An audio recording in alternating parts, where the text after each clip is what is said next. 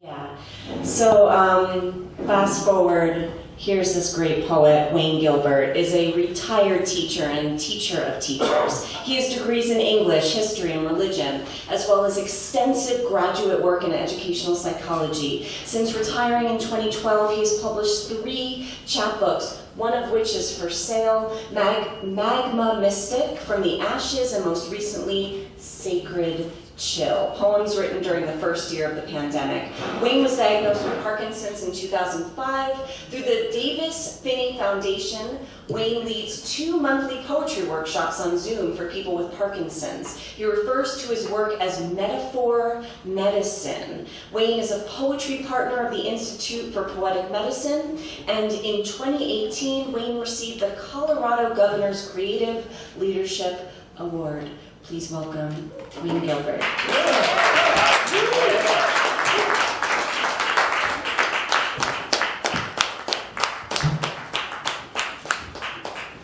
Thanks.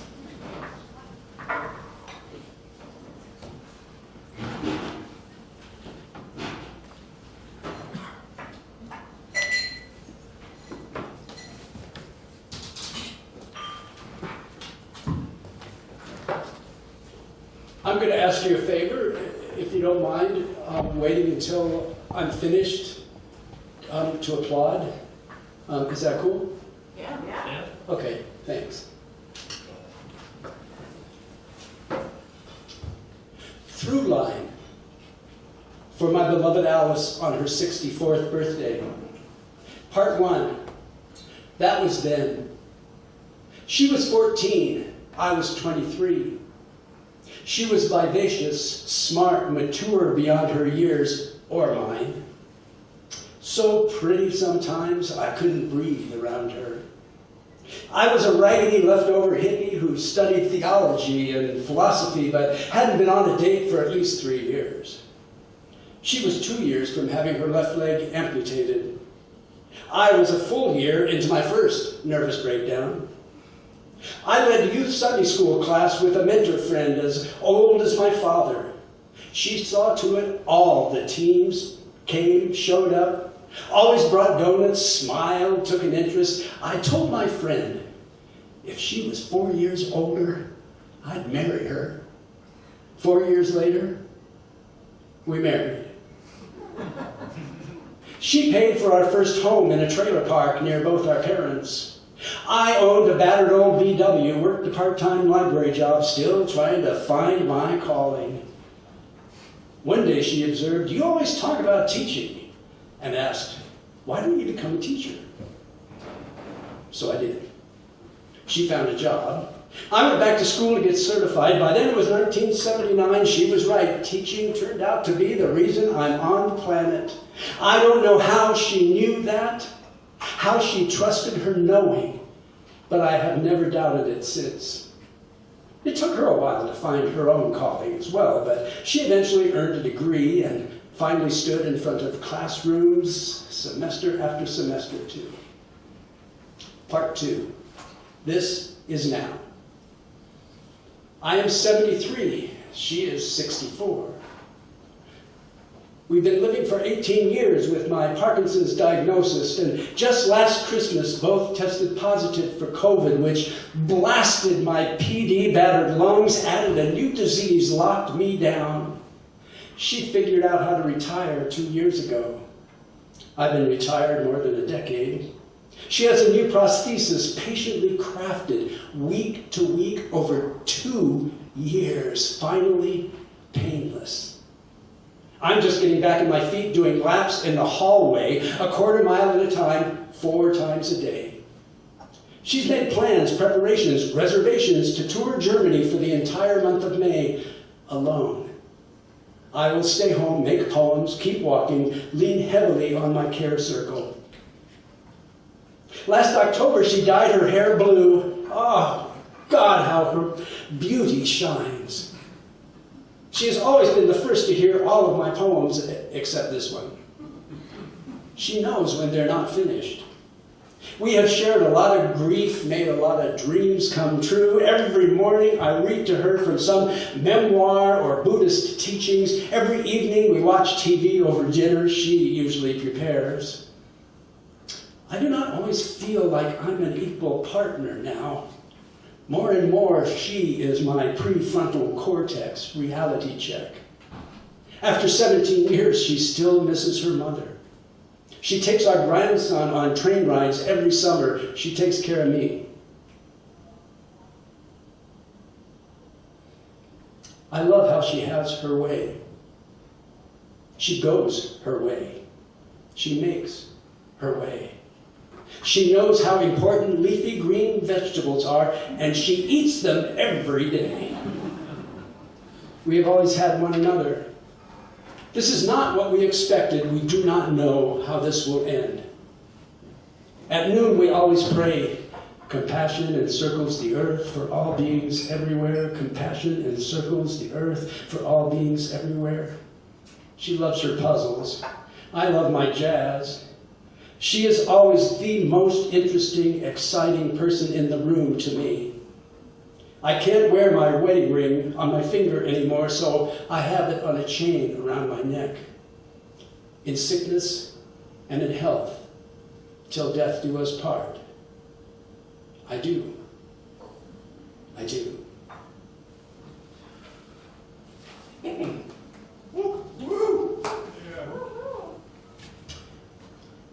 Lunar mindfulness in Denver. Night before last, I couldn't sleep. It took hours to finally doze off. It didn't last long.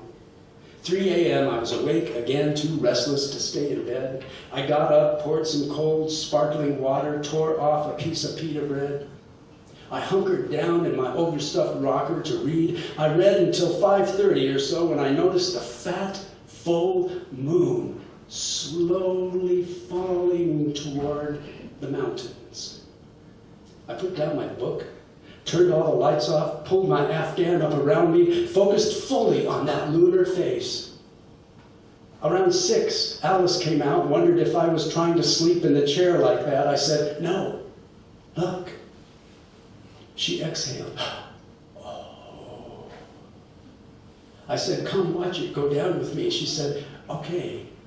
Pulled over a chair. We sat like we were in church. And God was actually there, too. We did not disturb the silence, except for an occasional ah. After the moon disappeared behind the mountains, we waited for its light to fade, finally away. It was one of the best moments of our long life together.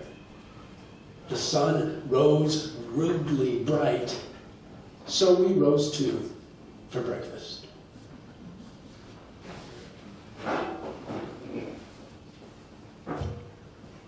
Crutches, a love poem. You might be noticing a theme. I certainly hope so. While we were at the Desert Museum near Tucson, Brian and I went off on our own. Alice went back to the cafe to wait for us. She was on crutches, unable to wear her prosthesis. No one can really understand how she feels when she can't walk like the rest of us walk, when she has to sit another adventure out because she's handicapped. Perhaps you can imagine how hard it is to rely for mobility on crutches, but you would be wrong.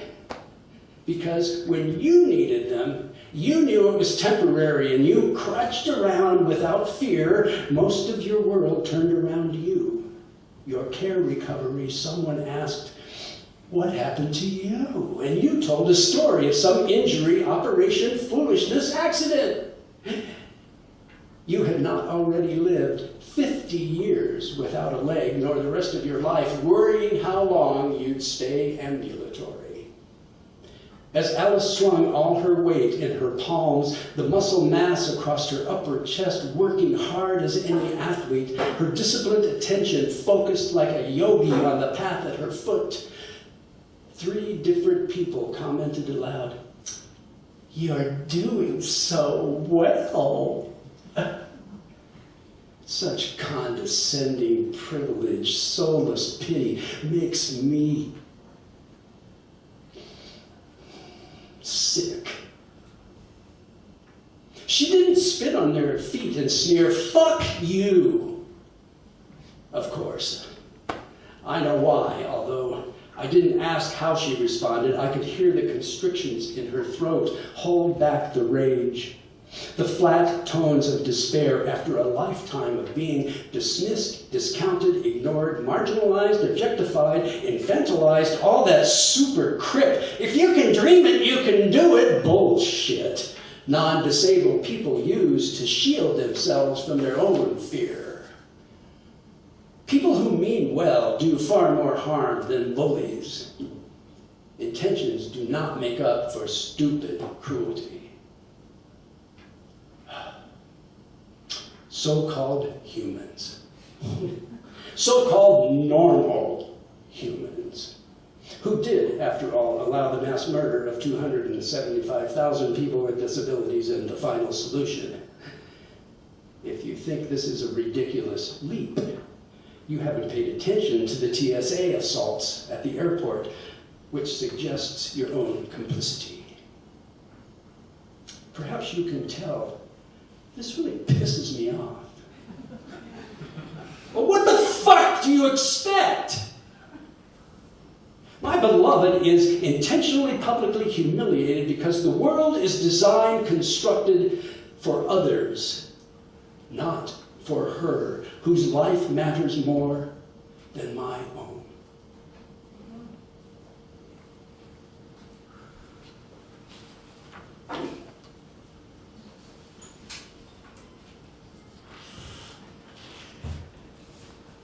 Pandemic soup poem for Alice. That soup you made last night must have had magical powers. Perhaps enhanced by the salts and herbal elixir in my hot bath. I guess I shouldn't omit the walk I took through the neighborhood. And our afternoon drive around the wildlife refuge where the buffalo roam over land reclaimed from poison gas, other deadly chemical weapons stored for decades near Stapleton.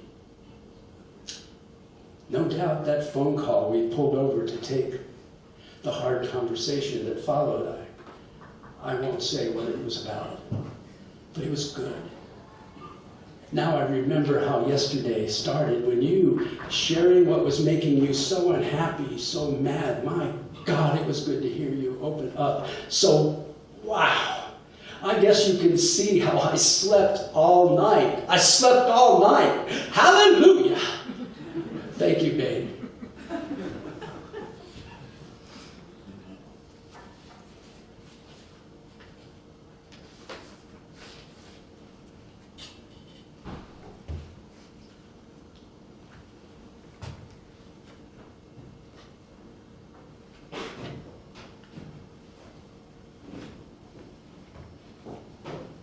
I hate it when poets stand up here looking for their poems in the book. Isn't that just like so, like why don't you just put a marker in there? How hard would that be? Fold it. I see you did that, didn't you? Yeah. I always follow the smart others. Yeah. I'll tell you what, being among poets is always just so, it doesn't matter how I feel or how much what it took to get here. It doesn't matter who they are. Being in a room with poets is always just such a treat for me and so uplifting. And you know, it puts something back in here that sort of leaks out day by day, hour by hour. And so I thank you for being here too. God damn it, where is this?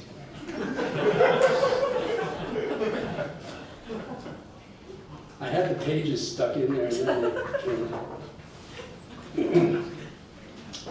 She wakes me. The Pima Chodron, these poems I mentioned earlier in the evening, each of these poems was prompted by a quote from Pima Chodron's book, When Things Fall Apart. The quote here is, "To live is being willing to die over and over again." She wakes me. This is when I wish I had a saxophone. She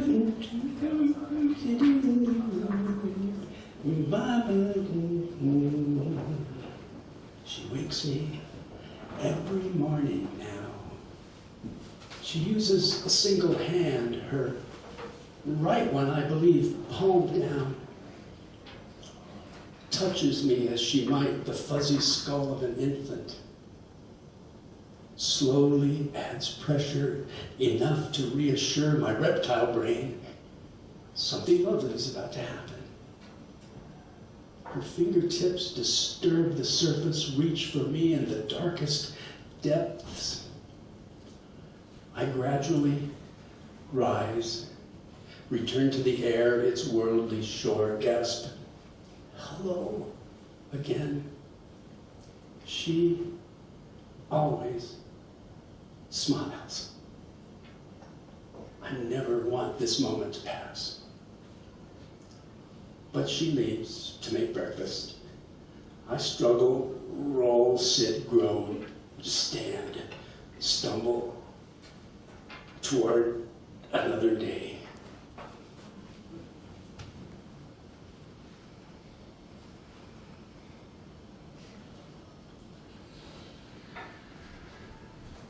Got a message?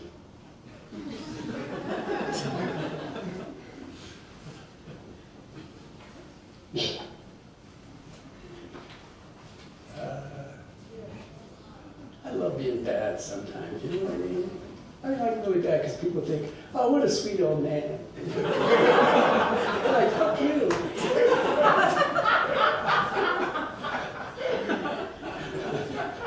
And then they're like, "Yeah, thanks." And then they walk away and you can see later on they go like,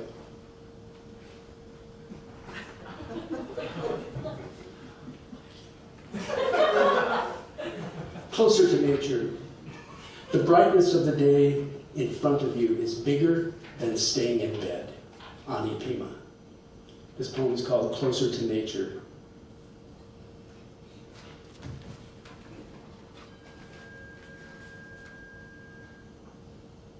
I'm just watching my time. Closer to nature.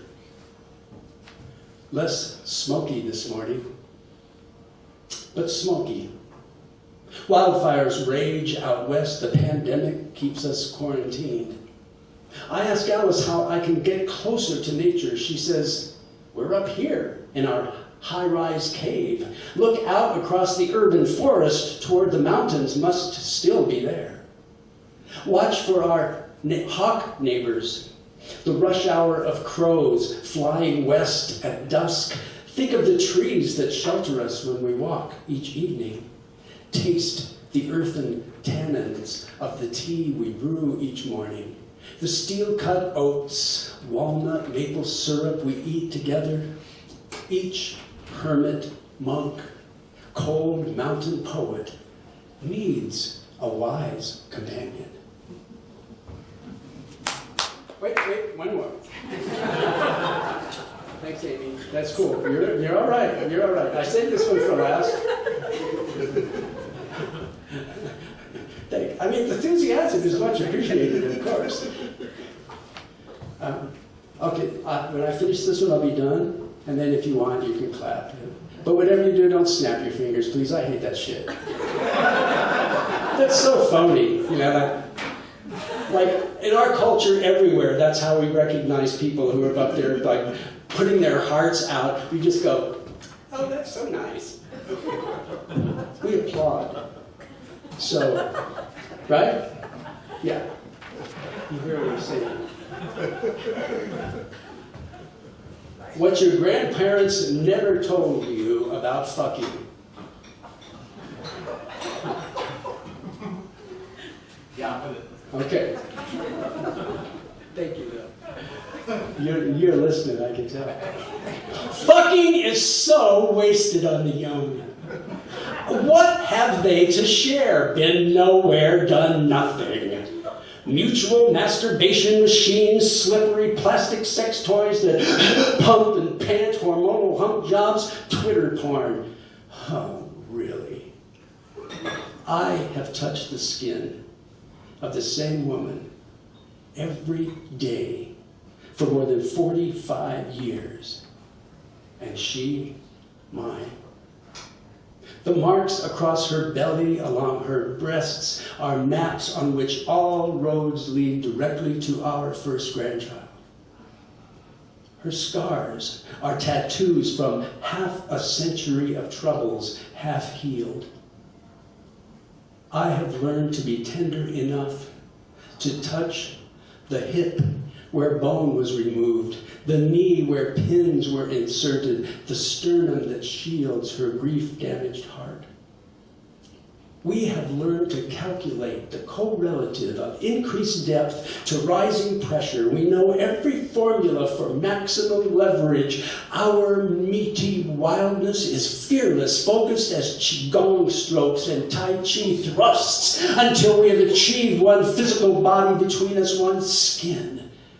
One old wine pouring over our ecstatic flesh. Young people have no idea what they're doing and how much it costs. Fucking is about the history of skin, and who knows it?